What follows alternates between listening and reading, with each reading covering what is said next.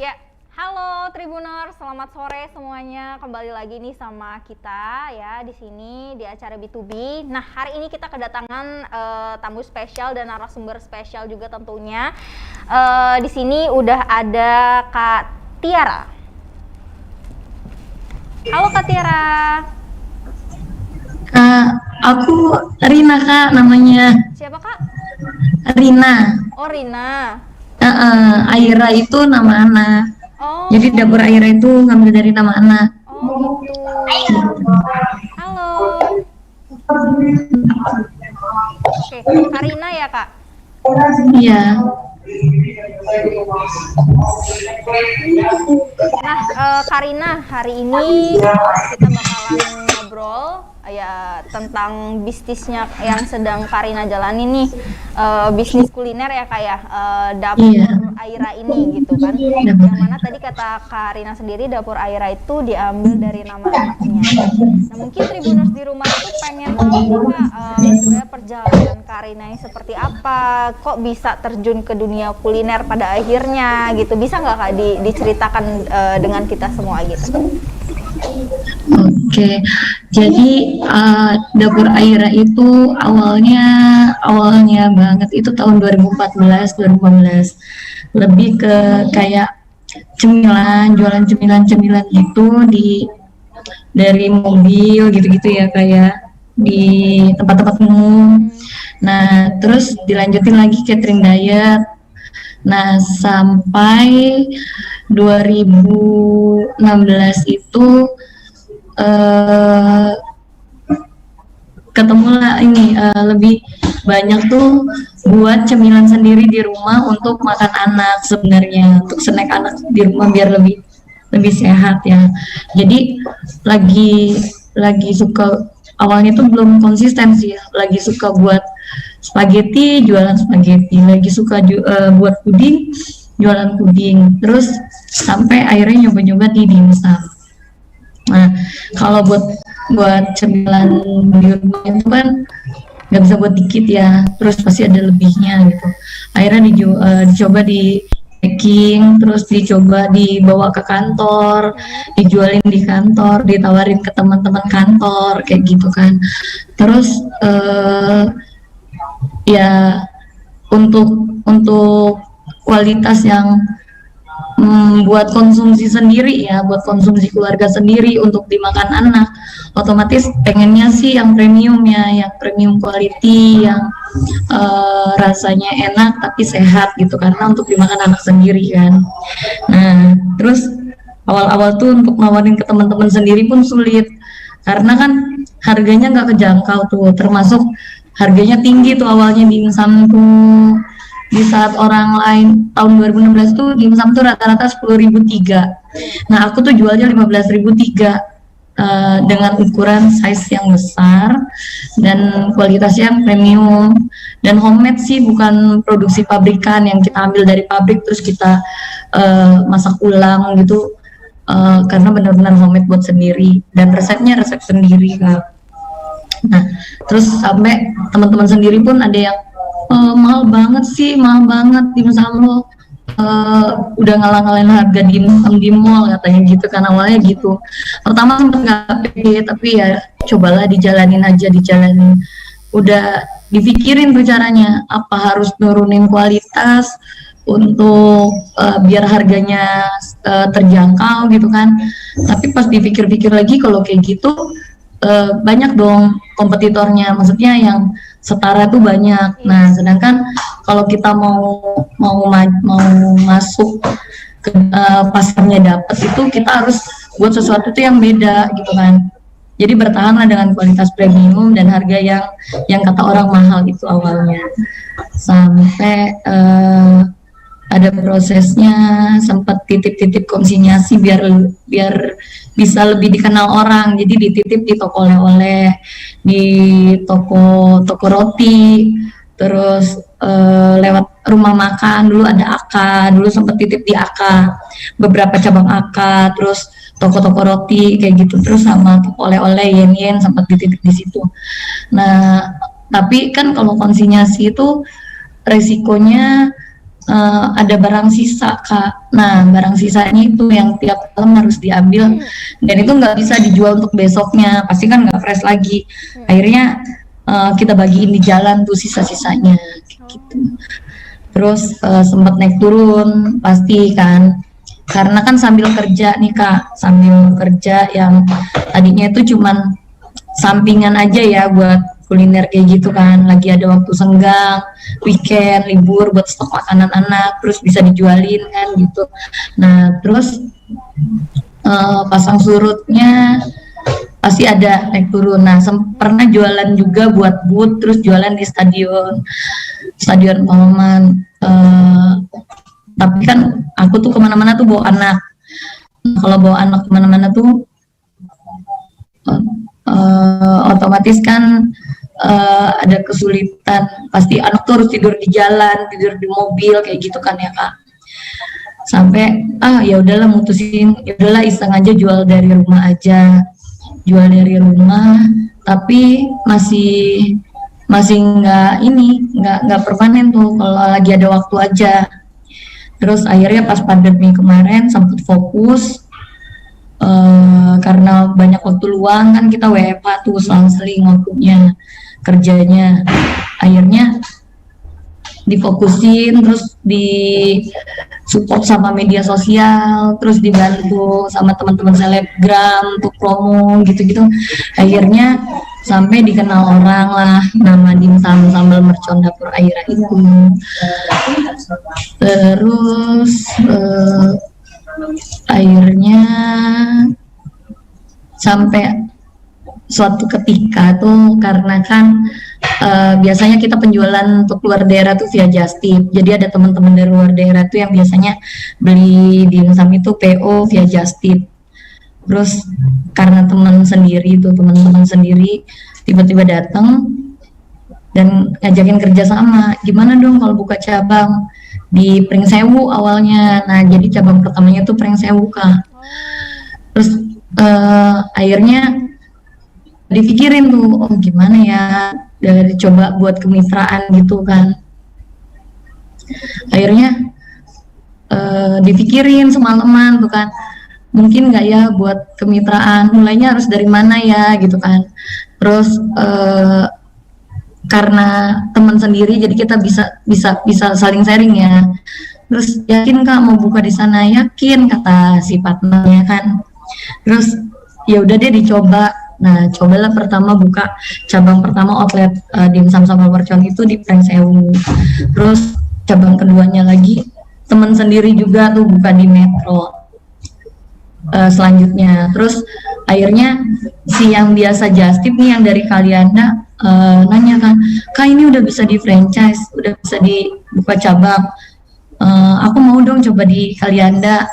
Akhirnya cabang ketiganya di Kalianda. Nah akhirnya berkelanjutan, dari media sosial orang tahu kita buka kemitraan, akhirnya sampai sekarang tuh sampai dengan minggu ini tuh udah 16 outlet yang dibuka.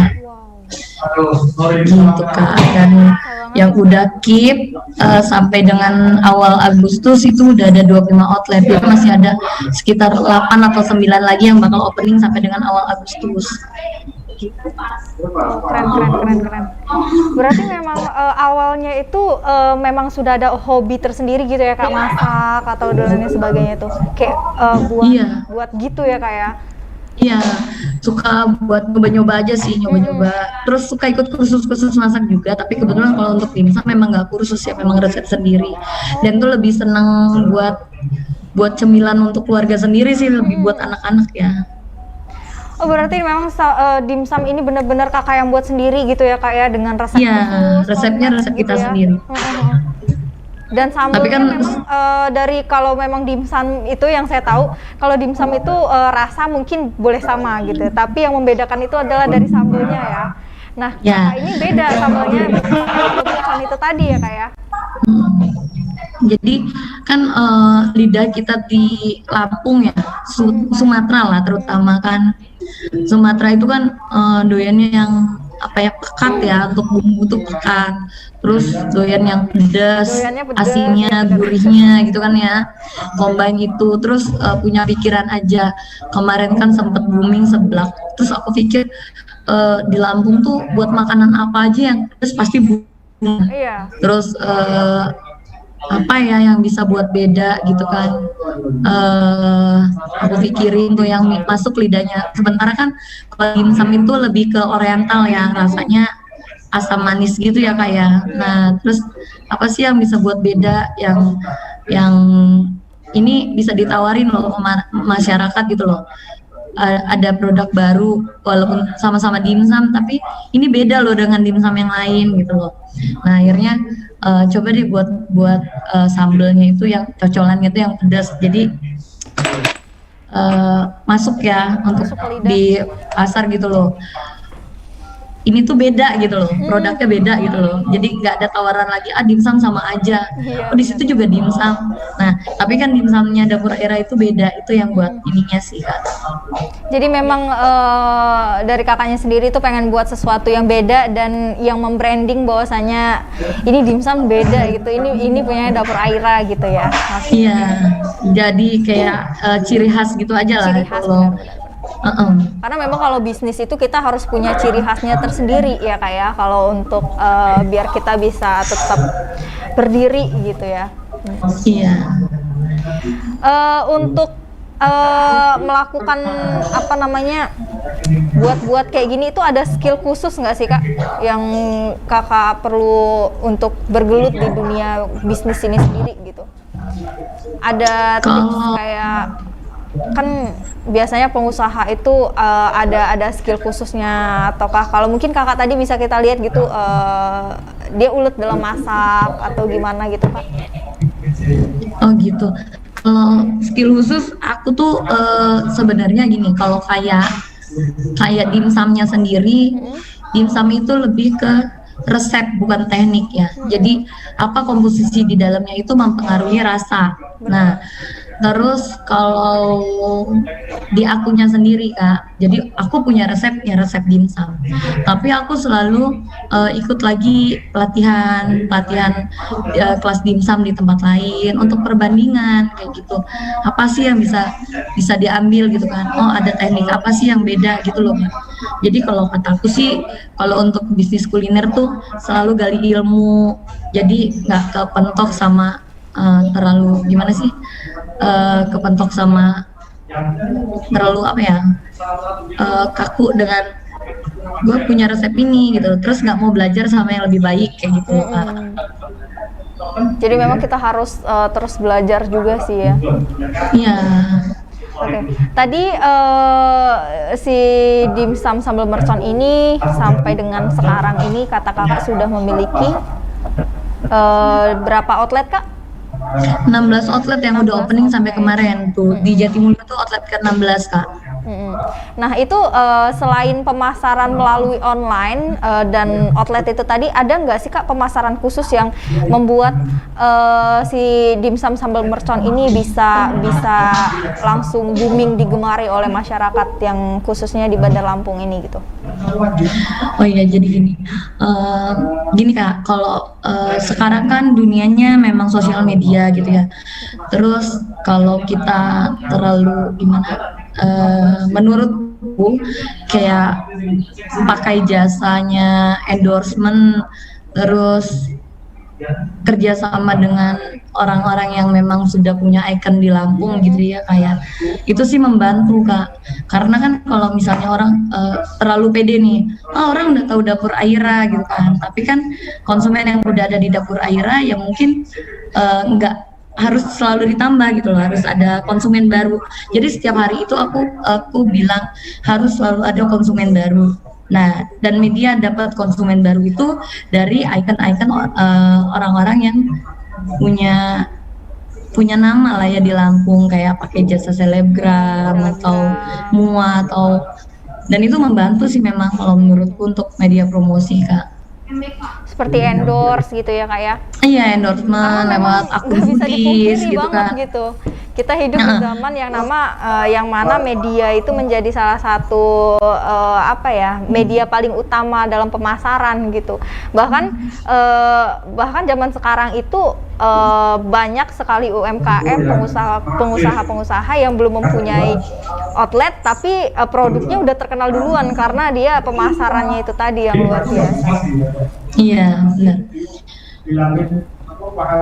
Nah, kalau untuk sasarannya sendiri dari dimsum sambal mercon ini gitu Kak, sasarannya tertuju untuk adakah kalangan tertentu atau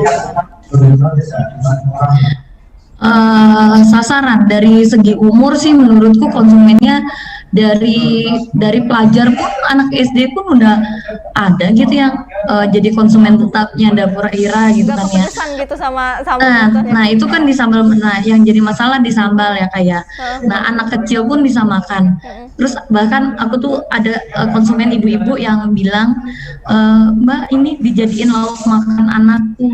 Dan anakku suka, kata dia gitu kan. Berarti kan masalahnya, oh berarti sambalnya untuk anak-anak sambalnya nggak dipakai, kayak gitu loh Kak. Terus kalau untuk sasaran utama tuh nggak ada sih. Aku sih targetnya bisa kejangkau semua usia dan bisa kejangkau di semua kalangan. Kalau masalah harga gitu kan, Kak, tapi kan itu dimsumnya harganya mahal, berarti itu khusus kalangan menengah ke atas. Dan tapi menurut aku nggak gitu. Kalau misalnya makanan itu sudah punya kualitas, punya rasa, dan rasanya itu udah ngena di lidah, mau kalangan bawah sekalipun pasti ada daya belinya. Itu pertama menciptakan daya tarik dari si produknya sendiri dulu nggak sih Kak? Karena kalau misalkan produk kita tuh sudah mempunyai daya tarik, terus juga sudah mempunyai kualitas dan memang rasanya dan mutunya juga terjamin, pasti beneran orang itu bakalan cari gitu, mau dia harga berapapun, kalau emang worth it ya why not gitu ya Kak ya. Iya, jadi yang dipertahanin kita itu rasa Kak, rasa daya. Jadi kan aku tuh yakin dimsum punya aku tuh beda dengan yang lain karena emang benar-benar dimsum homemade yang bumbu dapur rumahan kayak gitu loh Kak. Resepnya Jadi cuman Kakak sendiri yang tahu gitu ya. Jadi terus dibuat agak menarik itu mungkin lebih di kulitnya ya. Jadi kan umumnya dimsum tuh tadi penasaran banget pengen nanyain kulitnya kalau kok warna hijau gitu Kak. Emang ada kenapa gitu? Aku pengen tanya itu. Itu biar jadi kebetulan kita tuh kebetulan sayanya suka warna hijau. Terus ternyata banyak cara untuk bisa punya kulit dimsum tuh warna hijau tapi tetap sehat tanpa pewarna. Nah itu kita pakai pewarnanya dari pewarna alami ya, organik dari sawi, dari sawi di jus gitu loh Kak. Berarti memang bukan pakai pewarna makanan ya Kak ya? Iya, jadi nggak pakai pewarna makanan. Nah, terus lebih alami kan ya, karena kan ya itu basicnya jual dimsum itu kan karena memang buat cemilan orang rumah sendiri tuh, jadi lebih buat anak-anak sendiri. Nah, gimana sih kalau kita jualan makanan untuk kita makan sendiri itu kan otomatis maunya yang terbaik toh gitu. Iya benar. Apa yang kita makan pasti orang lain juga pengen yang terbaik yang seperti kita makan gitu kan. Karena memang untuk di kuliner ini sendiri menurut saya juga yang memang harus dipertahankan itu adalah kualitas dan rasanya sih gitu. Nah kalau untuk trendsetter dari makanan sendiri menurut kakaknya kira-kira gimana nih siklusnya kalau untuk di kuliner? Gimana Kak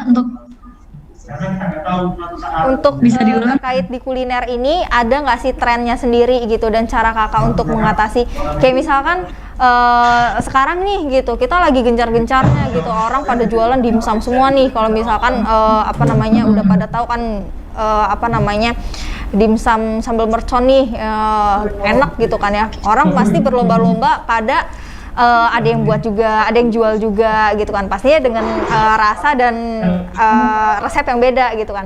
Nah cara kakak menyikapi, cara kakak berinovasi dan mempertahankan si produk ini gitu gimana tuh Pak? Ya, jadi biar nggak mati nih kan. Jadi kalau kita begitu kita jualan tuh kan kayak booming, pasti banyak banget kan yang mau ngikut ya gitu ya.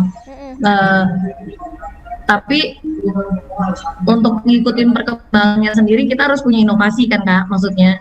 Jadi kalau aku sih sudah punya plan sendiri untuk ke depan. Jadi kalau misalnya nih kayak sekarang nih lagi dimsum mentai itu karena lagi hits, lagi booming, semua buat dimsum mentai gitu kan. Terus tapi aku punya dimsum mentai yang beda dengan mentainya yang lain kayak gitu loh Kak. Jadi terus untuk nextnya itu sudah disusun tuh bakal produk apa ya yang bisa menyertai dimsum ini harus dikombin dengan apa ya gitu Kak. Itu udah dipikirin dari sekarang. Jadi mudah-mudahan sih gitu kan. Mudah-mudahan semuanya terrealisasi kayak gitu loh. Karena memang berarti kakak sudah mempunyai inovasi-inovasi lain selain kayak dimsum seperti biasanya gitu ya, sudah mempunyai dimsum mentai ini tadi. Dan kalau nggak salah, saya juga pernah beli kan karena di samping kantor ini kan ada cabangnya tuh yang di Indomaret ya kalau nggak salah. Iya. Nah itu mentai katanya menjadi salah satu best seller juga tuh. Iya. Karena memang mentai kita beda dengan mentai di tempat lain sih Kak. Oke, saya pengen tahu nih Kak, tadi kan katanya si dimsum sambal merchant ini udah buka franchise nih Kak ya. Nah, untuk supply dari si dimsumnya sendiri itu seperti apa tuh Kak? Apakah dia dalam bentuk frozen kah? Atau dia pesan dulu atau gimana gitu Kak? Untuk sekarang nih Kak, soalnya kalau untuk sekarang nih kita memang diproduksi dari satu dapur yang sama. Jadi untuk jaga kualitasnya gitu loh Kak. Karena untuk jaga konsisten rasa juga sih Kak. Jadi supply-nya dalam bentuk frozen untuk dikirim ke outlet. Tapi itu produksi setiap hari. Jadi dimsum yang kita produksi itu yang kita keluarin sampai kita antar ke outlet itu selalu dengan produk yang fresh dibuat hari itu juga gitu Kak. Berarti itu dari kakak sendiri yang buat? Iya, tapi kan kalau sekarang kan karena sudah produksinya sudah makin meningkat ya Kak, pasti kan udah ada yang bantu di dapur kayak gitu kan. Saya udah ada pekerja. Memang cita-cita awalnya sih kayak gitu ya. Cita-cita awalnya tuh kecil banget sih, pengen gaji orang. Jadi pengen ada orang yang bisa kerja dari usaha saya, pengen gaji orang, pengen ada orang yang bisa cari makan dari usaha ini kayak gitu. Jadi ya mereka yang bantu di dapur untuk lebih ke cuman nyetak sih Kak. Kalau untuk resep itu tetap di saya resepnya. Nah, kan Karina tadi bilang bahwasanya memang ada pekerjaan lain selain menjadi dan terjun di usaha kuliner ini sendiri. Kira-kira gimana sih Kak cara kakak sendiri membagi waktunya? Karena kan kita tahu gitu ya, apalagi menjadi seorang ASN ini harus benar-benar waktu kita banyak juga gitu, entah kita di kantor atau kita di luar gitu. Terus gimana tuh cara ngaturnya? Ya itu Kak, jadi kalau misalnya pagi itu suplai bahan itu diantar pagi. Terus aku ngebagi space-nya untuk lebih ke takaran yang aku pegang Kak. Takaran setiap adonan dimsum itu aku yang atur. Nah, lalu dilanjutin untuk yang ngadon dan nyetak itu memang ada pekerja di rumah itu. Ada 18 orang yang kerja di rumah untuk bantu produksi dimsum yang akhirnya sampai ke outlet-outlet setiap harinya. Adakah setelah kita udah dibagi barang masuk, bahan baku masuk, terus kita bagi-bagi sesuai takarannya, terus jamnya ngantor ya tutup kantor tutup kantor ya. Terus kalau untuk handle pengantaran dan lain-lain tuh memang sudah ada yang bantu. Kebetulan alhamdulillah sih adik sendiri yang bantu gitu.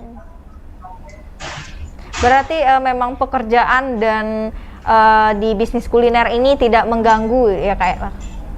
Ya, justru itu karena kan awalnya dulu kita pegang penjualan sendiri Kak. Ternyata nggak kepegang, malah justru itu dengan adanya mitra outlet justru jadi terbantu. Nah, jadi waktu itu memang cuma fokus ke produksi. Aku cuma fokus di pagi hari aja untuk bagi bahan baku aja.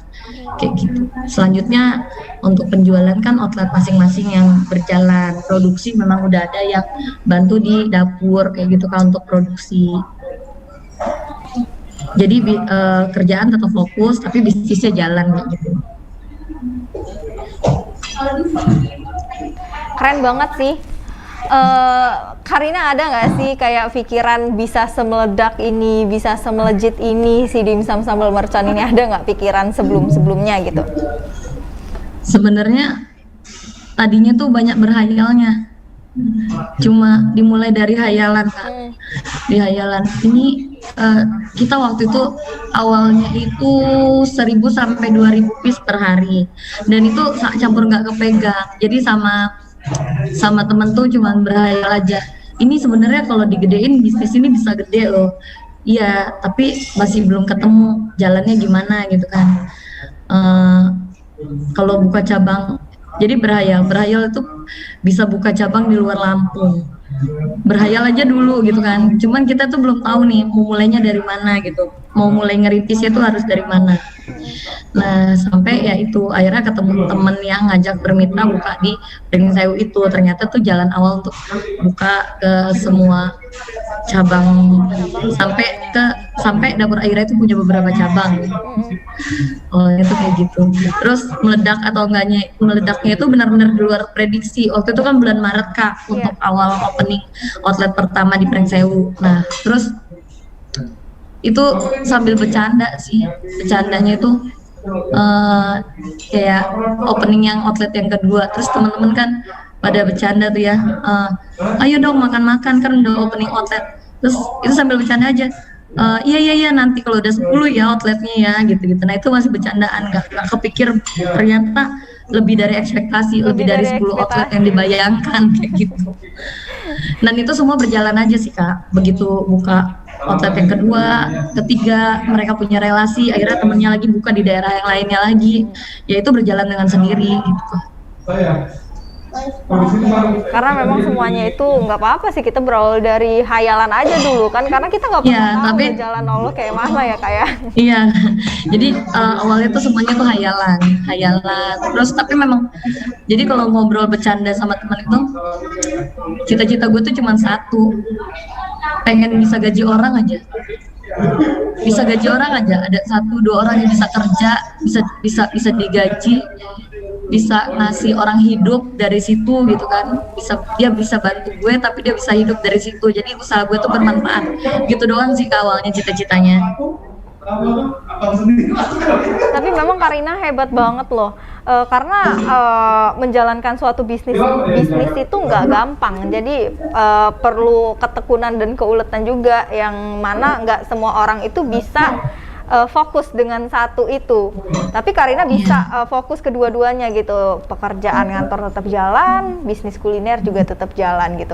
Boleh nggak Kak kasih tips kepada para penonton, kepada para tribuners, gimana sih cara tips and triknya supaya bisa membangun bisnis sukses seperti dapur Aira ini dan sambal mercon ini tadi. Oh, dimsum sambal mercon maksudnya. Konsisten sama harus kebel sih ya, sama jatuh bangunnya, atau kalau bahasanya up and down-nya gitu Kak. Jadi jatuh bangunnya itu setiap usaha itu ada masanya, memang ada masanya naik turun. Nah kayak sekarang mungkin kita lagi happening, nah itu nggak boleh terlena juga sih, harus mau sendiri juga gitu loh. Di luar sana banyak juga calon orang sukses gitu, dan kita nggak tahu masanya kita itu sampai kapan, tapi bagaimanapun tetap harus berinovasi untuk mempertahankan usaha kita sendiri. Paling nggak berusaha dulu. Kalau sudah berusaha mudah-mudahan ada malaikat yang nyatet di ijabah gitu.